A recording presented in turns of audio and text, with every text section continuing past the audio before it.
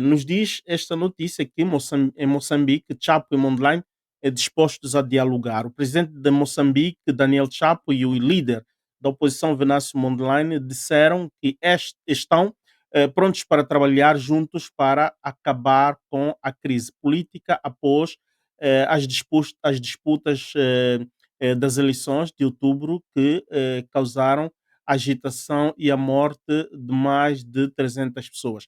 É preciso anotar aqui que quando se diz mais de 300 pessoas, é mesmo mais de 300 pessoas. Possivelmente este número já tenha atingido talvez os 500 ou superado também o número de 500. Isto é lamentável, não podemos estar aqui alegrarmos-nos com a situação de Moçambique. Mas gostaria de concluir a leitura deste texto e depois vamos aos comentários adicionais. Em entrevista separadas à emissão britânica BBC, Chapo disse querer formar um governo inclusivo enquanto Mondlane abriu a possibilidade de ingressar no executivo desde que algumas exigências sejam aceites, incluindo a libertação de 5.000 prisioneiros, indemnização às vítimas da pressão e assistência médica gratuita aos feridos.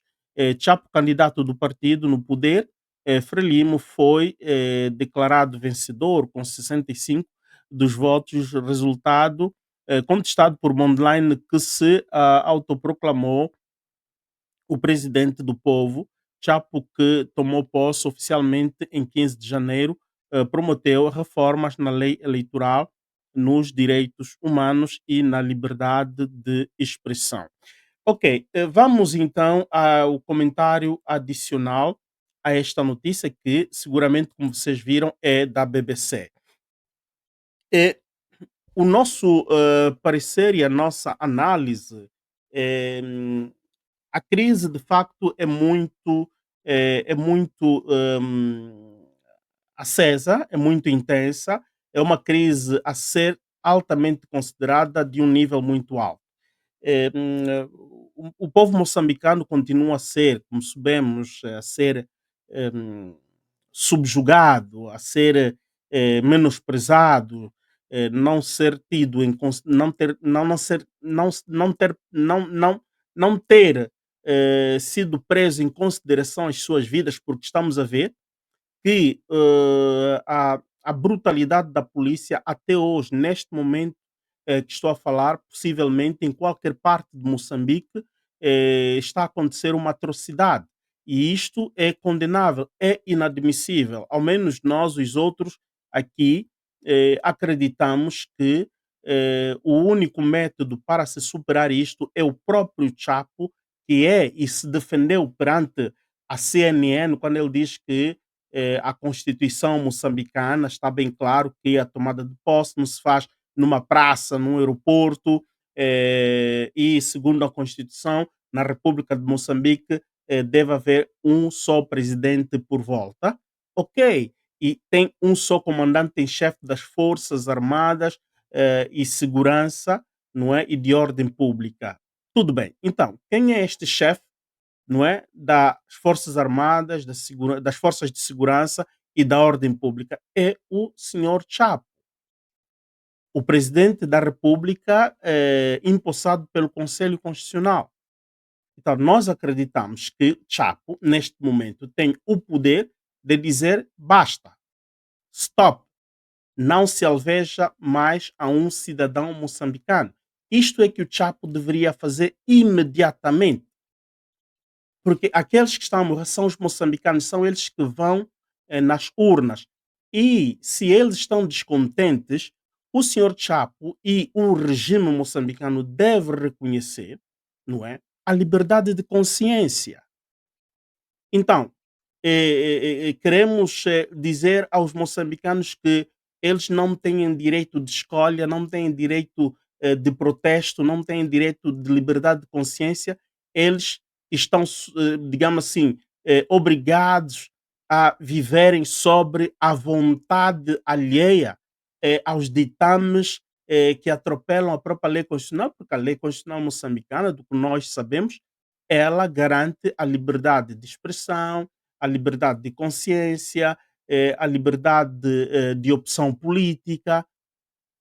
O que nós precisamos em África, isto se estende a tantos outros países africanos que ainda estão atrasados na prática da democracia efetiva.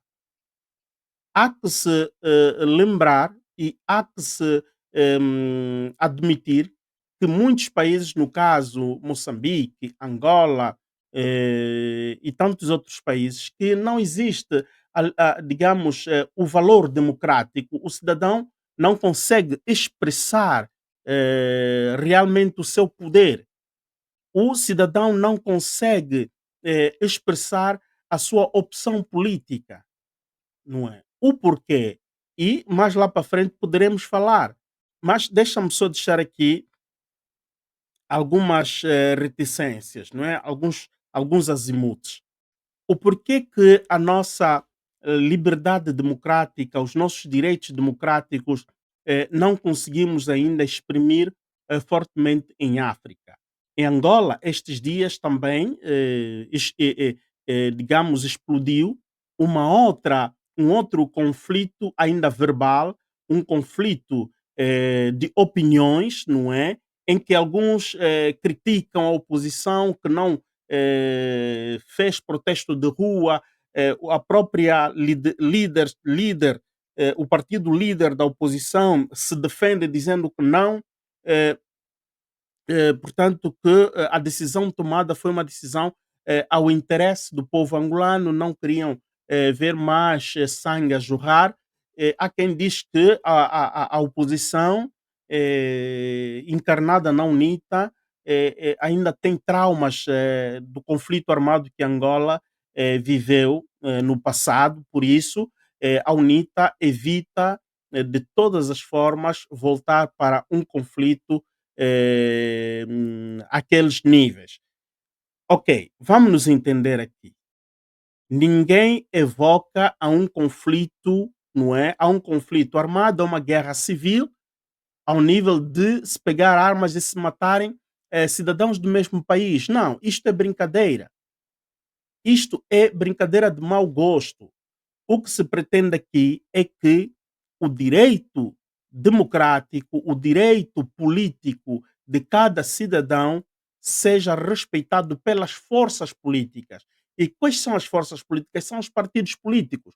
Os partidos políticos não são proprietários da vida dos cidadãos, nem de Moçambique, nem de Panamá, nem de Uruguai, nem da Itália, nem da Groenlândia. Não, os partidos políticos são forças políticas organizadas, legalizadas e que se propõem para assumir o poder e governar o bem público, o bem da comunidade. É preciso que este conceito literário, este conceito acadêmico, seja patente na mente de todo político africano.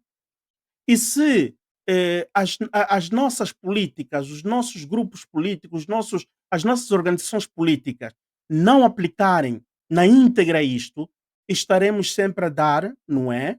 Estaremos sempre a dar aso aos estrangeiros de África a continuarem a nos dominarem, a brincarem conosco como se nós fôssemos pura e simplesmente, como é que é? Os puppet, não é? Os bonecos animados. Porque é assim que os ocidentais, os europeus nos veem. E muitos europeus e da classe da elite, da classe burguesa europeia, ainda muitos deles têm, digamos assim, o conceito, ou melhor, têm a concepção de que o africano é subhumano, o africano é inferior até, não é, no racional. E eles dizem, os dirigentes africanos não servem a nada, pá, são corruptos, basta lhes dar aí uns trocados e por cima se submetem às nossas ordens. E sabes, quando eles dão aquelas ordens, quando eles fazem aquelas reuniões e usam métodos de ameaçar, de facto, é uma diversão para eles. porque sabem que somos medrosos, mesmo se não temos a tecnologia bélica ao nível deles, mas eles não têm o direito de vir e fazerem a chacina como eles bem entenderem, porque um líder africano, não é, se opôs à vontade deles. Ok, assistimos às invasões no Iraque, estamos a ver a invasão na Ucrânia, vimos as invasões em Paquistão, em Afeganistão. Vimos. Na Somália, eu pergunto agora, na Somália eles ainda estão lá ou deixaram a Somália? Mas deixaram a Somália na situação em que a Somália está. Deixaram o Iraque na situação em que o Iraque está. As nossas leaderships têm que mudar de paradigma, têm que mudar de postura perante aos estrangeiros de África e devem colocar de facto o interesse da pessoa humana africana no centro do foco do seu empenho. Eles têm que trabalhar para nós e não trabalharem para os estrangeiros.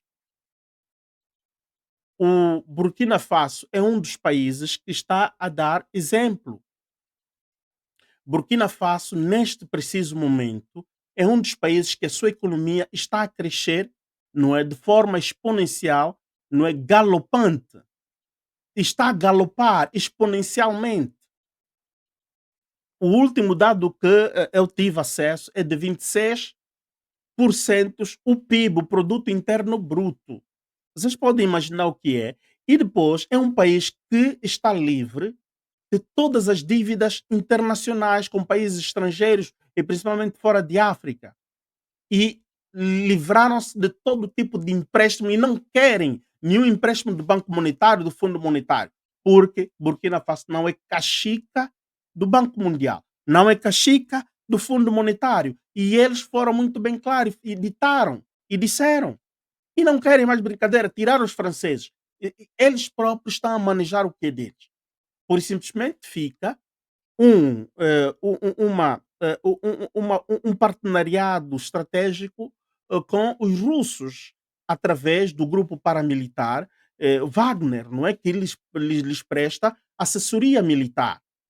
E isso faz-se desde então, desde os tempos da Idade Média.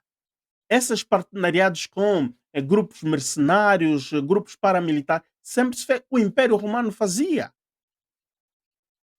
O Reino da França fazia, a Inglaterra fazia, a Inglaterra, o Reino da Inglaterra para unir todos os reinos não é, do Reino Unido, por isso que chama Reino Unido, porque são vários reinos que se uniram. Eles usavam, muitas vezes solicitavam, não é, a prestação militar, bélica, dos dinamarqueses. Os dinamarqueses, os vikings, participaram na unificação do Reino Unido, as guerras que havia no Reino Unido, porque os daneses, em busca de melhores condições de vida, também estavam no território danês. Aliás, no território inglês. Isto é história. Então, o que Burkina Faso fez com a Rússia não é errado, era a mesma coisa, mas numa versão diferente. A presença dos franceses no terreno burkinabé, a presença dos franceses no terreno de Senegal, no terreno do Níger, e ainda estavam a fazer o muso duro para não saírem do Níger. Recentemente, os amigos, digamos, da Costa do Marfim, também despacharam os franceses. Muitos países africanos começam a entender agora que a prioridade deve ser o homem africano. E Moçambique deve despertar. O que aconteceu e que está acontecendo em Moçambique é uma ocasião única para fazer uma mudança radical, uma mudança proveitosa para lançar o país ao desenvolvimento.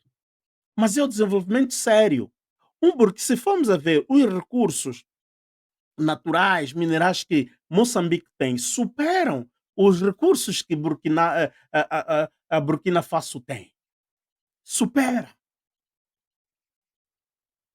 até em termos de extensão territorial. Moçambique penso que é maior que Burkina Faso, não é? Permitam-me ver aqui o mapa de África e confrontar o território de Burkina Faso e de aquela de Moçambique. Epá, Burkina Faso, que era Alto Volta, com a capital Ouagadougou, pode entrar em Moçambique, não é? Duas vezes. Não sei se vocês conseguem, deixa ver. Imaginem, este é um mapa já lá dos tempos idos. Deixa ver se consigo. Não, é aqui assim. Deixa ver. Vocês estão a ver o alto volta, é o Burkina Faso. Não é? Aí é ao lado do Mali. Agora, imaginem, venham o tamanho de Moçambique. Ok? Vem o tamanho de Moçambique. Burkina Faso entra em Moçambique duas vezes. Moçambique, os políticos do regime, os políticos da oposição, os intelectuais e o povo em comum, este é um momento de profunda reflexão. Pensamos nós que o povo moçambicano está a fazer, está a exigir, é do seu pleno direito e é deveroso eles fazerem o que estão a fazer. Agora, tem que haver inteligência por parte de quem está a, a liderar as forças de ordem pública. A estratégia que se montou é uma estratégia arcaica, é uma estratégia maléfica, é uma estratégia malandra, é uma estratégia burra, é uma estratégia de subdesenvolvimento, porque tu estás a ceifar os teus recursos humanos. Tu estás a ceifar, não é? Inteligência humana. Talvez estas pessoas que vocês estão ali a limpar, a matar, são pessoas, não é? Que poderiam trazer soluções extraordinárias para Moçambique. Não vão na teoria, morre um, tem tantos outros que ficaram. Não. É um pensamento errado. É um pensamento errado. Há necessidade de se respeitar todas as vidas humanas. Há necessidade de se respeitar todo cidadão. E, voltando a esta nota, a esta notícia de hoje, se Chapo e Mondlane de facto estão a convir em superar esta fase crítica, há que se superar. Se Mondlane de facto manifesta a vontade de entrar neste governo, que encontrem os termos adequados. Porque nós já verificamos aqui, até com alguns ativistas sociais moçambicanos e com com tantos outros intelectuais, o mais inteligente neste momento, depois desse ato público que houve, ato legal público que houve, mesmo defraudando a verdade eleitoral, mas neste momento a autoridade no país é o senhor Chapo. Não quero dizer a vocês, não estou a vos obrigar a aceitarem, atenção, mas neste momento, ao nível internacional, quem é reconhecido a autoridade do país é o senhor Chapo. Perdão, é o senhor Chapo. Mondlane tomou posse. O povo lhe conferiu posse ali no aeroporto e na Praça Vermelha. Tudo bem. E todos nós estamos de acordo porque Mondlane foi votado pelo povo.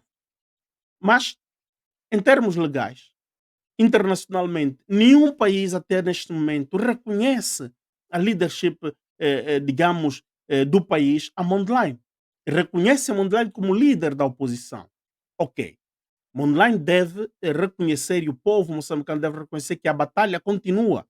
Mas é uma batalha que é melhor fazer, ok? Neste momento, dentro das instituições e na rua. O povo que está na rua deve continuar, mesmo se Mondlane entrar, porque a força de Mondlane para que ele consiga, ok? Negociar reformas, é necessária a força da rua, é necessária a força do povo moçambicano. Eu não sei se estão a perceber essa estratégia. E não há problema de falar isso assim publicamente, numa live internacional. É bem possível. Se fala. Porque assim, não existe segredo, porque o laboratório do regime conhece estas verdades. E talvez alguns cidadãos não conhecem esta verdade e nós temos que dizer estas verdades. O online só será forte, mesmo dentro deste governo, se o povo continuar a fazer pressão e o Mondlane, estando lá dentro, conseguirá negociar para que nenhum polícia volte a disparar contra um cidadão. E se um polícia disparar, esse polícia tem que ser,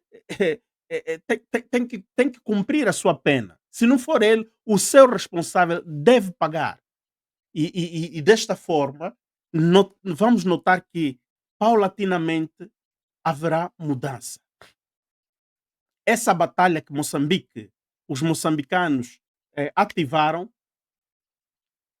não se conseguiu no dia 15, não se conseguiu no dia 9, mas deve continuar e daqui a pouco vocês vão conseguir. Porque é uma batalha que se desencadeou, Moçambique não será mais a mesma como era antes. E longe daquela teoria, se Chapo tomar posse, vocês vão ter 100, outros 50 anos no subjogo. Não é verdade. Vocês já conquistaram um bom resultado. Viram a tomada de posse do senhor Chapo. Quem é que lá estava? Aquilo estava quase às moscas, se não fossem aquelas 2.000 pessoas que lá estavam. Isto já é um grande ganho. Até neste momento existem maindras ali na rua, todos agitados, ainda tem. Por que, que essas maindras e blindados da polícia estão na rua? É porque o povo moçambicano está já a conquistar os seus direitos. É o regime que tem medo. É o regime que se está a proteger. Mas o povo é soberano. Se o povo persistir, Moçambique vai sim começar a viver uma democracia limpa, como na Namíbia, como em, em Cabo Verde, como acontece na Tanzânia, como acontece no Senegal. O Senegal só houve aquele problema porque o senhor Macky Sall quis o terceiro mandato. Porque se Macky Sall não quisesse o terceiro mandato e tudo fosse a normalidade, não haveria aquele tumulto. Não haveria aquele tumulto. Portanto, que haja bem, que o bem haja para Moçambique, aconteça. Mondlane, Chapo são dois seres humanos, são dois moçambicanos, não são de gerações diferentes, são da mesma geração e eles entendem a situação do país e não há razões porque essa nossa geração é uma geração que entendeu que deve fazer agora para o bem dos africanos. Então, quanto à batalha legal que se está a levar ao nível internacional, é uma batalha que irá levar um tempinho, mas vai chegar a um veredito. E quando chegar ao veredito, a Frelimo irá pagar caro. Vocês irão ver muitos responsáveis da Frelimo a irem mesmo para, digamos assim, a descontarem penas no tribunal do Haia e outros tribunais, aliás, nas cadeias do Haia ou cadeias dos direitos humanos em África, não é? Irão para as cadeias, vão mamar a cadeia, vão pagar multa, vão ter que indemnizar as famílias que sofreram, os cidadãos que ficaram lesados. Irá acontecer. Não percam as esperanças.